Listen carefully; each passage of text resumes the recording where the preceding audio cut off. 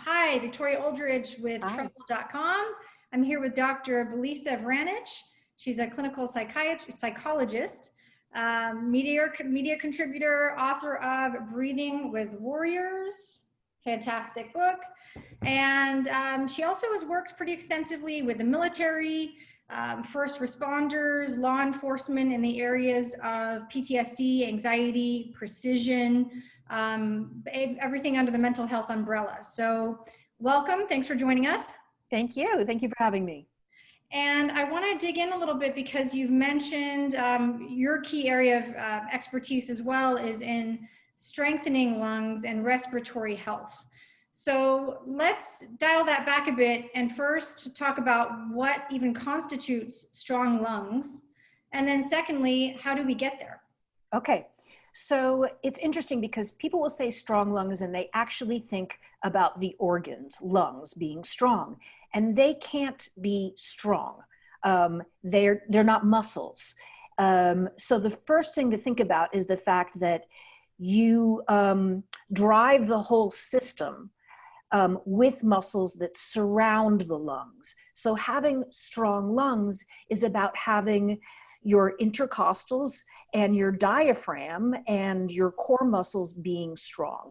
If those muscles are worked out and strong, then you will have, our quote unquote strong lungs. So it's very different. There's sort of a misconception that lungs inflate and deflate on their own, and we don't emphasize the muscles that power them as much as we should. And especially given what's going on with respiratory health right now, it's something we really need to focus on. And you've mentioned before, I've seen some of your other media streams where you've mentioned that we're basically breathing fundamentally and usually through the top part of our lungs and not the bottom part of our lungs.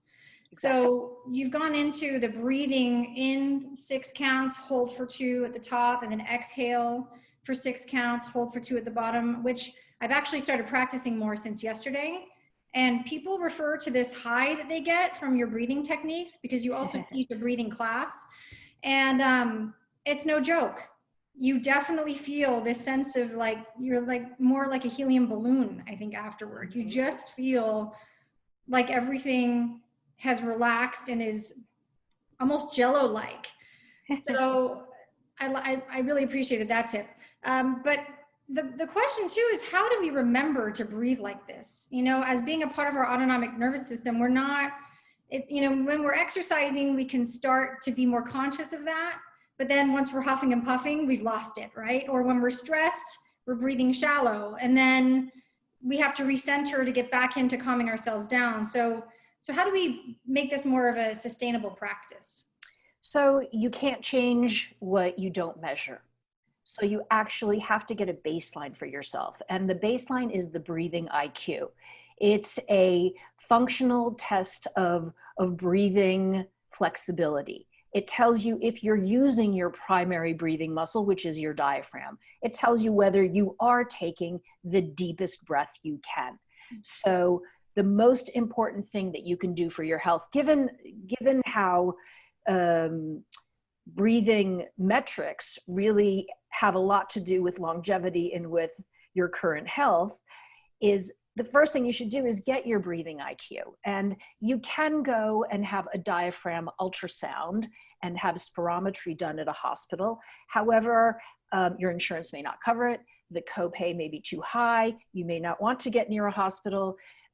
They may not have the trained staff, if it's a clinic, for that.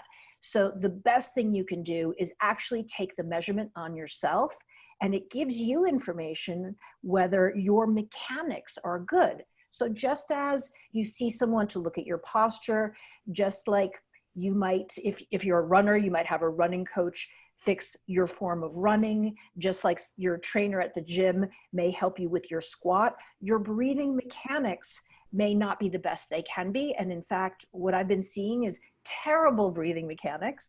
So the best thing to do is take the breathing IQ, and then from there, start making the changes to really have a breath that's anatomically congruous, that's really efficient, and that uses the best part of your lungs. And the effect of that is going to be both psychological and physical. And it's also going to be that exact thing that strengthens your respiratory system and gives you strong lungs.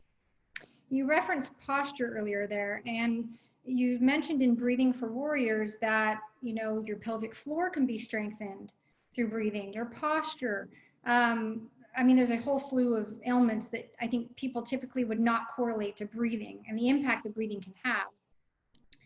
What are the differences? And it had me thinking about the differences between men and women and how improved breathing impacts both. Mm-hmm. Do you see commonalities where breathing is impacting men and women similarly? And then what are the biggest contrasts that they impact? Sure. Well, women tend to have more breathing pattern disorders than men do. They also have more anxiety disorders. So those two may be connected. Then you have to look at the anatomy. Is that women's anatomy when it comes to breathing is a little bit different than men, and usually that has to do with having to accommodate a fetus. But for the most part, breathing in men and women causes the same dysfunction, which is actually profound and affects everything above the diaphragm and everything below the diaphragm. And you said something that's really resonated with me, is that the runoff from that, or the ripples from that, are really tremendous, because you may have pelvic floor dysfunction and you don't think, well, maybe that has something to do with my breathing, and it very well might. Or you might have acid reflux. So you take your acid reflux medication and you never know to think that maybe my breathing has something to do with it, which it actually does. And the same thing with lower back health and with high blood pressure.